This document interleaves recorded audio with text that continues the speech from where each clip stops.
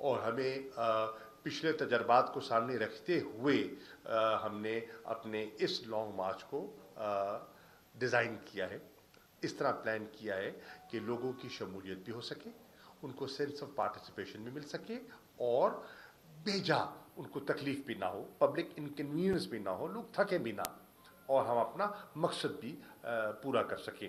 انشاءاللہ جب 4 نومبر کو انشاءاللہ اسلام آباد پہنچیں گے تو پھر اگلے روز عمران خان خطاب فرمائیں گے، اور اس خطاب سے پھر بات آگے کی شروع ہوگی۔